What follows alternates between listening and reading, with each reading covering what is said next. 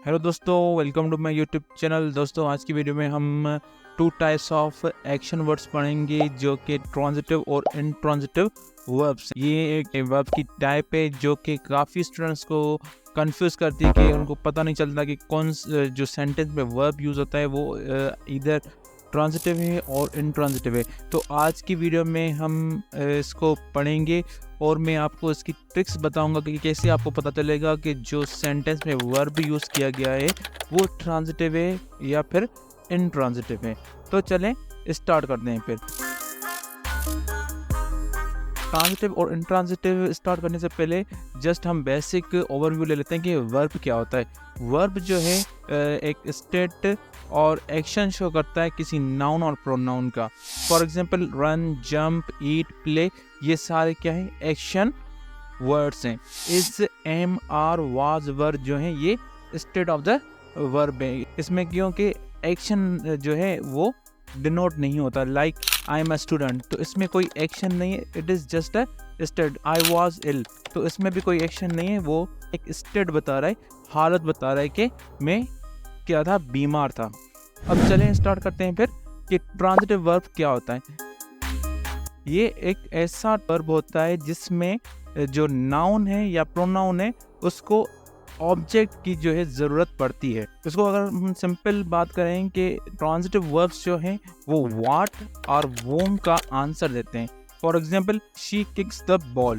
अब अगर मैं द बॉल को जो है रेस कर दूंगा, मैं बोलूँगा कि शी किक्स, तो एकदम से आपके माइंड में एक क्वेश्चन बनेगा व्हाट, तो क्या उसने किक किया, शी किक्स द बॉल। इस वजह से जो किक है वो यहाँ पर ट्रांजिटिव वर्ब कहलाएगा, क्योंकि ऑब्जेक्ट के बगैर जो है कंप्लीट सेंस नहीं बना रहा। एक और एग्जांपल लेते हैं कि ही ईट्स एन एप्पल। अगर हम एन एप्पल को काट देंगे तो अगर मैं बोलूँ ही ईट्स, तो आपके दिमाग में जो है एक क्वेश्चन बनेगा व्हाट। तो इस वजह से इसको ट्रांजिटिव वर्ब कहा जाता है। एक और एग्जांपल लेते हैं कि शी मीट्स, तो ये एक इनकम्प्लीट सेंस बना रहा है कि आपके दिमाग में ये क्वेश्चन आ रहा है कि विथ वोम शी मीट्स अली, तो ये क्या हो जाएगा, ट्रांजिटिव वर्ब हो जाएगा। कि ट्रांजिटिव वर्ब हमेशा अपने साथ ऑब्जेक्ट लेता है, क्योंकि इसके बगैर वो सेंटेंस इनकम्प्लीट माना जाता है। तो इसी तरह चलते हैं हम इनट्रांजिटिव की तरफ। इनट्रांजिटिव वर्ब वो वर्ब्स होते हैं जिनको एक्शन करने के लिए जो है ऑब्जेक्ट की नीड नहीं पड़ती। For example she स्लीप्स। अगर मैं शी स्लीप्स बोल रहा हूँ तो आपके दिमाग में कोई भी ऐसा क्वेश्चन नहीं बन रहा कि व्हाट और वोम।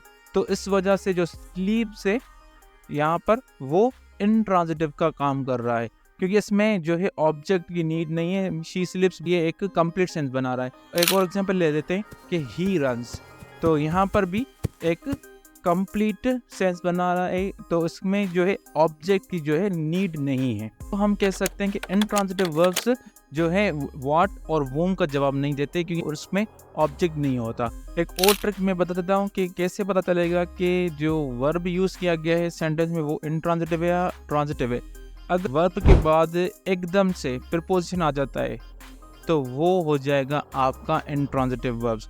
जो इनट्रांजिटिव के एग्जांपल दिए थे तो उसमें से ही मैं एग्जांपल बता रहा हूँ। शी स्लीप्स ऑन द बेड, तो यहाँ पर जो है स्लीप्स के बाद दम से ऑन आया, तो यहाँ पर क्या हो जाएगा, स्लीप्स एक इनट्रांजिटिव वर्ब हो जाएगा। सिमिलरली एक और एग्जांपल ले लेते हैं कि he runs on the road, तो यहाँ पर भी रन्स के बाद यहाँ पर रन गया है वर्ब है, तो उसके बाद प्रीपोजिशन आया, तो फिर ये भी एक इनट्रांजिटिव वर्ब होगा। सिमिलरली ट्रांजिटिव में भी प्रीपोजिशन यूज होता है, बट वो मेन वर्ब के एकदम बाद नहीं होता।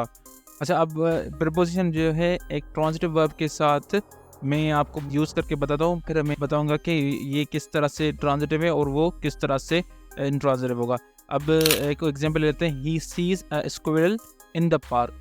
अब सीज क्या है, यहाँ पर वर्ब है, बट उसके बाद ऑब्जेक्ट आ रहा है स्क्विरल, उसके बाद इन द पार्क, तो यहाँ पर जो है सी क्या हो जाएगा, एक ट्रांजिटिव वर्ब होगा, क्योंकि वर्ब के बाद जो है एक ऑब्जेक्ट यूज़ हुआ है। जो मैंने पिछले जो एग्जांपल दिए थे इनट्रांजिटिव में, वहाँ पर था कि शी स्लीप्स ऑन द बेड।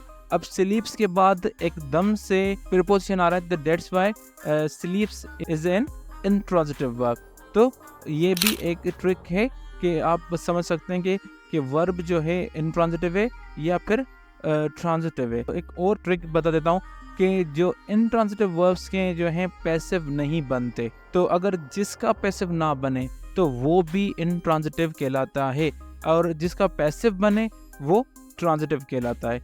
तो ये भी एक ट्रिक है ट्रांजिटिव और इंट्रांजिटिव को समझने की। तो आई होप आपको ये कॉन्सेप्ट समझ में आ गया होगा। अगर स्टिल कोई कन्फ्यूजन है तो आप कमेंट्स में जो है मुझे बता सकते हैं। मिलते हैं अगली वीडियो में, अपना ख्याल रखिएगा।